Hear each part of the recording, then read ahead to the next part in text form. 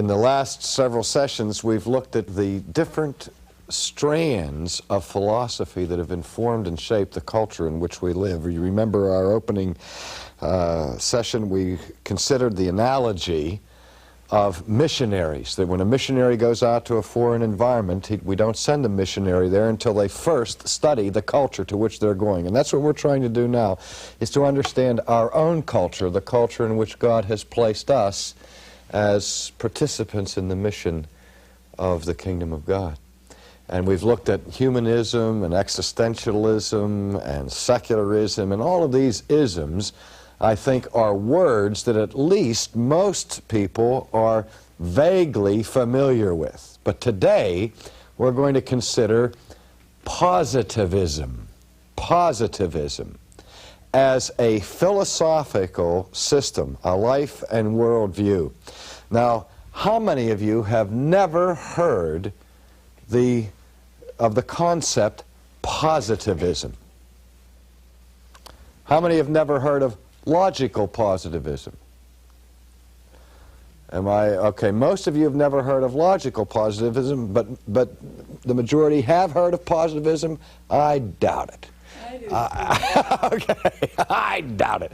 I'm not thinking of the opposite of negativism, of positivism in the sense of accentuating the positive and eliminating the negative and watching out for Mr. In-Between, you know. I'm talking about a philosophical movement called positivism. How many have never heard of that? Now we're getting more in our hands on. All right, that's what I thought. I was convinced that a majority of people would not have heard of it because it's not a word that is tossed around regularly in our culture. But it is a movement that has its roots in the 19th century in Europe that has had an enormous impact in the shaping of the culture in which we live today. Now, the name that is usually associated with the founding of positivism as a philosophy is the name Auguste Comte. Now, how many have never heard of him? Huh? Okay, I didn't think. I mean, he's just not as famous as Freud and Marx and Kierkegaard and some of the others that we've considered here. But Auguste Comte was working in the realm of science and philosophy in the 19th century, and this man had a vision for the complete reformation of human society. He saw himself as a reformer. And what he wanted to do was to implement changes in his modern world that would reflect the enormous steps of progress, as he considered it, that Western civilization had moved through the period of the Enlightenment and into the scientific and industrial revolution of the 19th century. He wanted to see all of society transformed by a new kind of philosophy that would be brought about by what Comte called the dominance of scientific knowledge.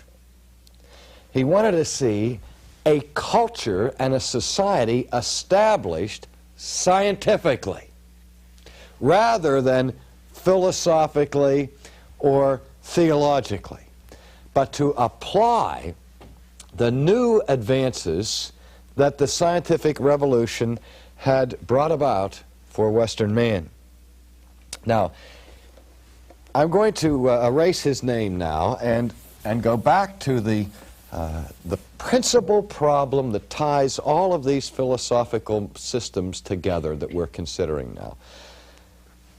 If you recall, when we lectured on secularism, that I talked about the difference between the eternal realm and the temporal realm. The fact that the key point of secularism is that man must live his life in the now, that we have no access, no point of entry to the eternal transcendent realm. Now, I draw this double line across the board to indicate the barrier that exists between the eternal up here, or the transcendent realm, the realm where we put God, and down here is the realm of time and space.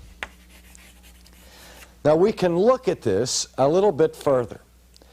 We mentioned that the ancient problem of philosophy that thinkers have wrestled with throughout history is how do we make sense out of all the particulars that we encounter in our life. We see dogs, we see trees, we see kangaroos, we see rivers, we see rocks, we see hills, we see people. And you have all of these particular entities that appear before us in this world of space and time. And what we call those things are phenomena. Phenomena. A phenomena is a data bit, a unit of experience that we perceive, that we observe. The word for phenomenon, or the plural phenomena, has to do with things that we can basically see, okay? That appear to our senses. And so in this world down here, you have all these little bits of diversity. Animal, vegetable, mineral, and all the rest. All of the diversity that makes up this world. Now the question of ancient philosophy was what? How does this all fit together? Is there anything that unifies the individual particular bits or the phenomena of the world that we experience? Okay. Now, historically, we sought to harmonize or unify all of these data bits by pointing to some kind of transcendent point of unity or unification. And for the Christian, what is that one being that makes sense and integrates and coalesces all of the different pieces of phenomena? God is the creator. God, okay? So that the theological answer to sense and coherence is established by the doctrine or the existence of God. Philosophy tried to establish some point of reference. That is, if you weren't theologically inclined, philosophy could seek it in some kind of abstract principle like reason, or mind, or whatever.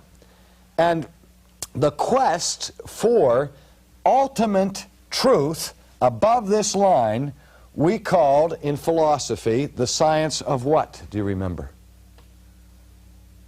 This is the physical realm, the realm that we can measure, the realm that we can see and taste and touch and hear.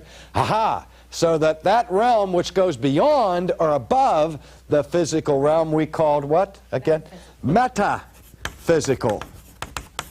So that metaphysics was a philosophical attempt to bring sense and coherence out of all of the disparate pieces of this world. All right? Now, this is just so far a review of what we've basically been talking about. And we're going to see this again in our next session when we consider pluralism as an ism in our society. But now, for Compt, what he is saying is that there is a natural law, not only that governs planetary motions or gravity or how seeds germinate in the earth, but there's also a natural law of society. And just as in the evolution, in the biological sciences, is a movement from the simple to the complex, a movement from the simplistic to the mature, so there are laws at work in the development of society, and that man is going through stages in his own societal progress. And that man goes through infancy, and then through adolescence, and then he reaches his adult phase of maturity. And that's not only true of individuals, says Compt, but it's also true of cultures and society. And his sweeping, panoramic view of Western history is that mankind has gone through these three stages of development. The first stage, or the infantile stage, is where people seek a theological or religious answer to the meaning of life. So that in the early development of Western civilization, religion dominates the shaping of culture, because man superstitiously attributes the unifying force to his world to the person of God. But then as man begins to grow up and passes through this earlier stage of infancy and moves into adolescence and becomes a little bit more sophisticated, then he moves away from religion and theology and moves into the state of philosophy, into the metaphysical stage, where now he has a more complex, more abstract system of reason or whatever that is above the line. But he only reaches adulthood when he recognizes, with maturity, that the world is to be understood not by religion or by philosophy, but by science. And so we need a new society established on the basis of science rather than religion or philosophy. Now, he shared the skepticism of some other thinkers earlier than he, that this whole realm up here above the line is unknowable. You can't get over this wall or around it, so that man, as in the rest of secularist philosophies, is left to understand himself and his world on this side of the barrier, in the world of the phenomena, the world of the particulars, the world of diversity. There is no una to the universe. Remember the word universe? Combination of unity and what? Diversity. And so that the classical model was that all of the diversity of this world is unified ultimately in God or in some abstract principle. Not for Compt. There is only diversity, no unity. Science busies itself and considers simply the particulars of this world. And he said, incidentally, that there is only one absolute principle. There are no universals. This is the universal realm. No universals save one. There is no absolutes save one. The only absolute, he said, was that everything is relative.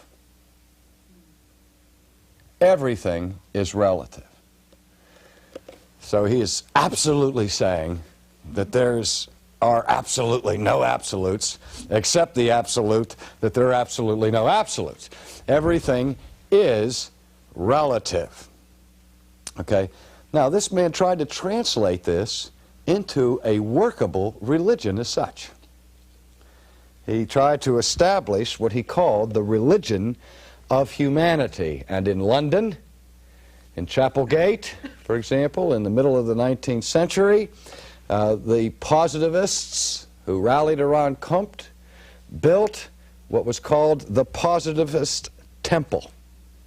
Thomas Huxley, who was involved in some of this, responded to Compt's philosophy by saying what he has given Western civilization is simply Catholicism minus Christianity.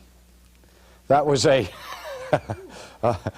sort of a summary dismissal of Compt's new religion by Thomas Huxley. He called it Catholicism minus Christianity. Religion without God, see. It is a religion based upon science and the scientific control of our environment with man at the center. Well, as I said at the beginning, most of us have not even heard of Auguste Comte. He tends to be obscure to the general population, although he must be studied if somebody's a technical scholar in the field of the history of philosophy. But as I mentioned, his impact went way beyond his own personal version of what positivism should look like.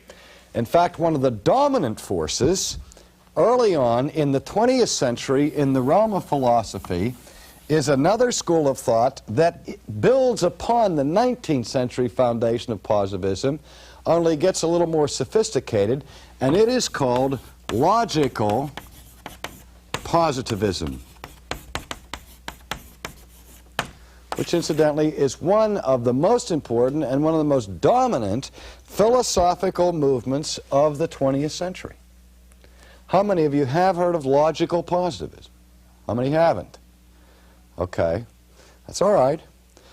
Let me just back up a second and say that the two, in my opinion, the two most influential 20th century schools of philosophy in our culture have been existentialism, which we've already considered in brief, and analytical philosophy. If your son or daughter wanted to go and study philosophy in a university today, the chances are that if he entered into, picked a school, a graduate school of philosophy at any major university, the chances would be about 80% that the dominant motif in that school of philosophy would be what we call analytical philosophy. So analytical philosophy has been a dominant force. Now, analytical philosophy is not the same thing as logical positivism, but it is the outgrowth of logical positivism. It stands in a direct historical line to logical positivism, which in turn goes back to the positivism of the 19th century. Logical positivism emerged as a philosophical force in this world largely in the 30s and 40s. It had its roots in a group of thinkers who banded together in Vienna in the 1920s. And this group was simply called the Vienna Circle. The Vienna Circle. It's an incredible thing in the history of philosophy how little schools of thought, very closely knit groups, can have an unbelievable impact.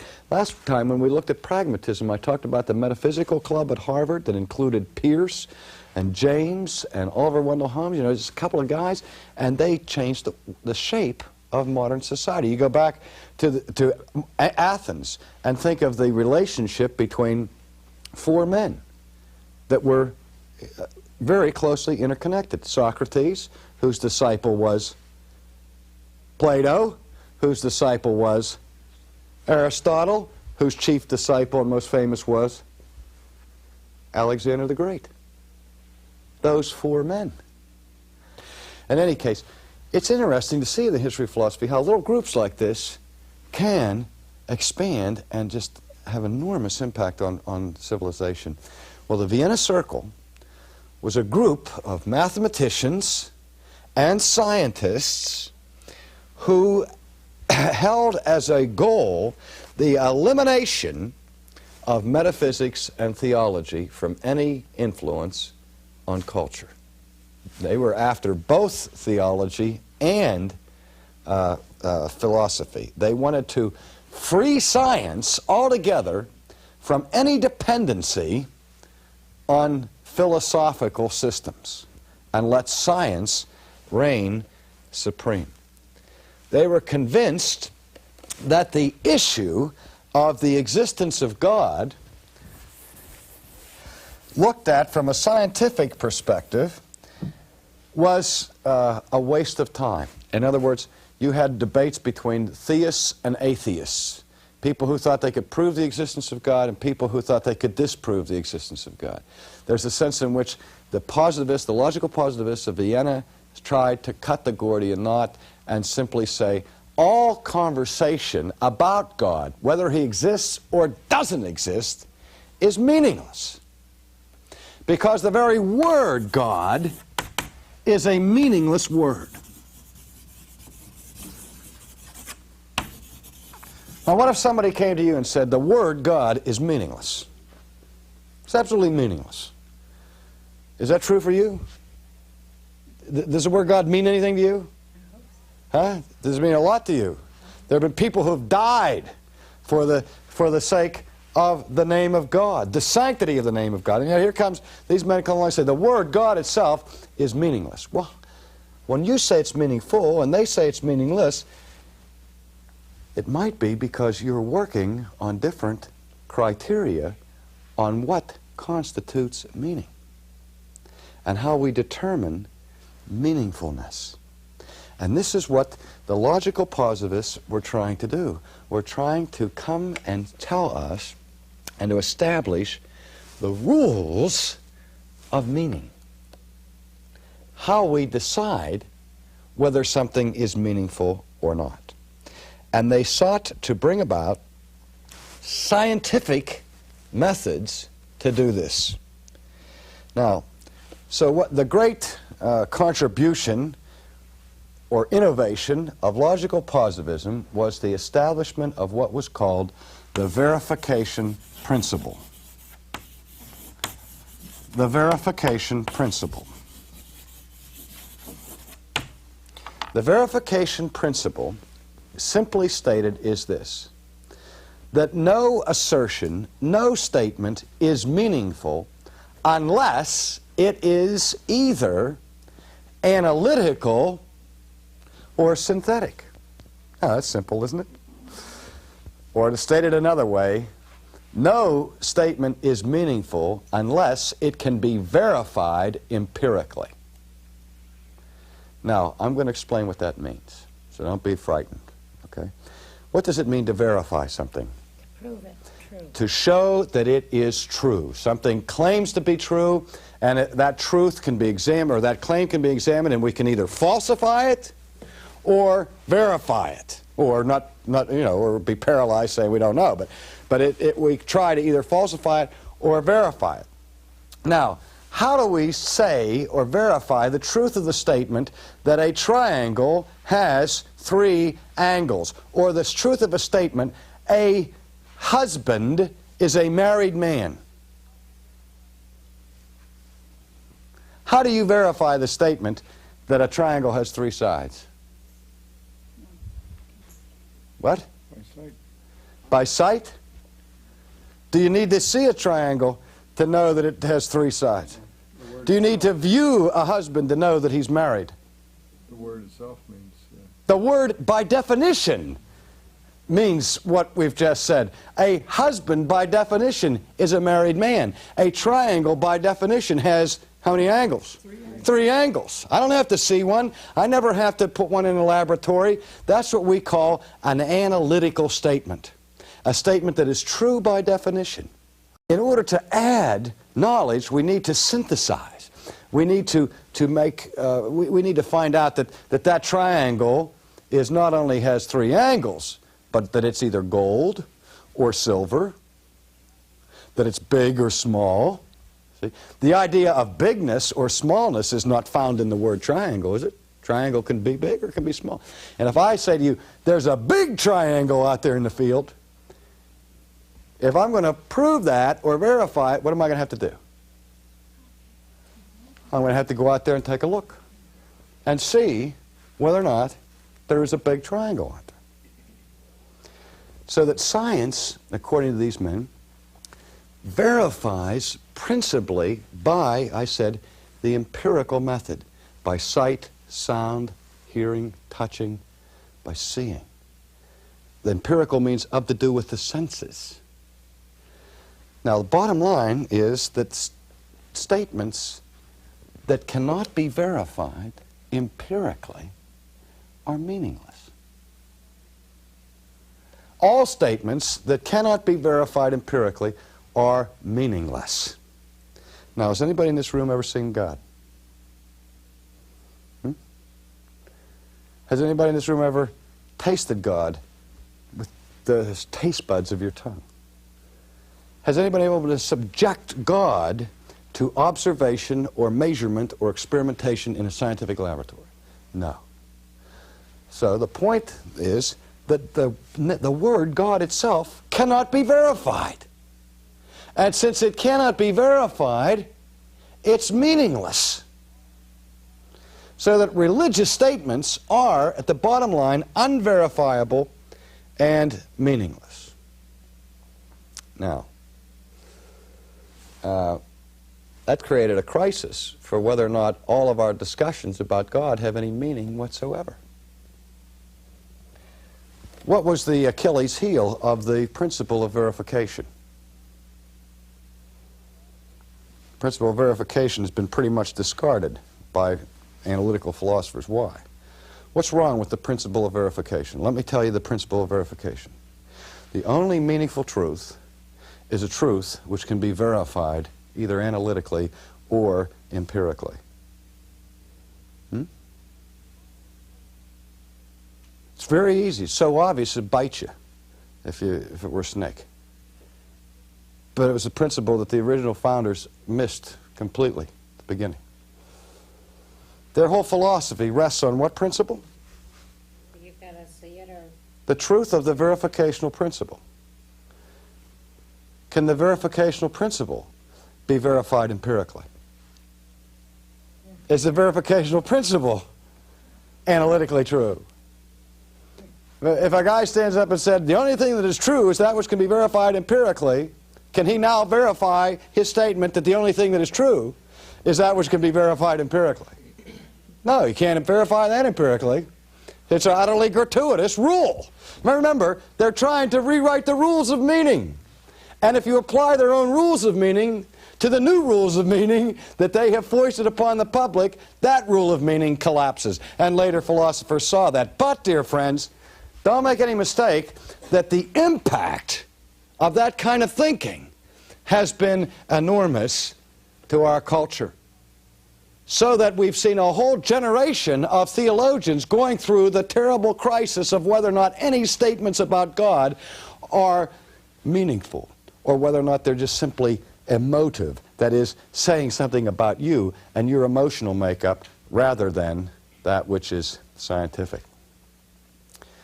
What positivism does is that it divorces science from the whole realm of truth.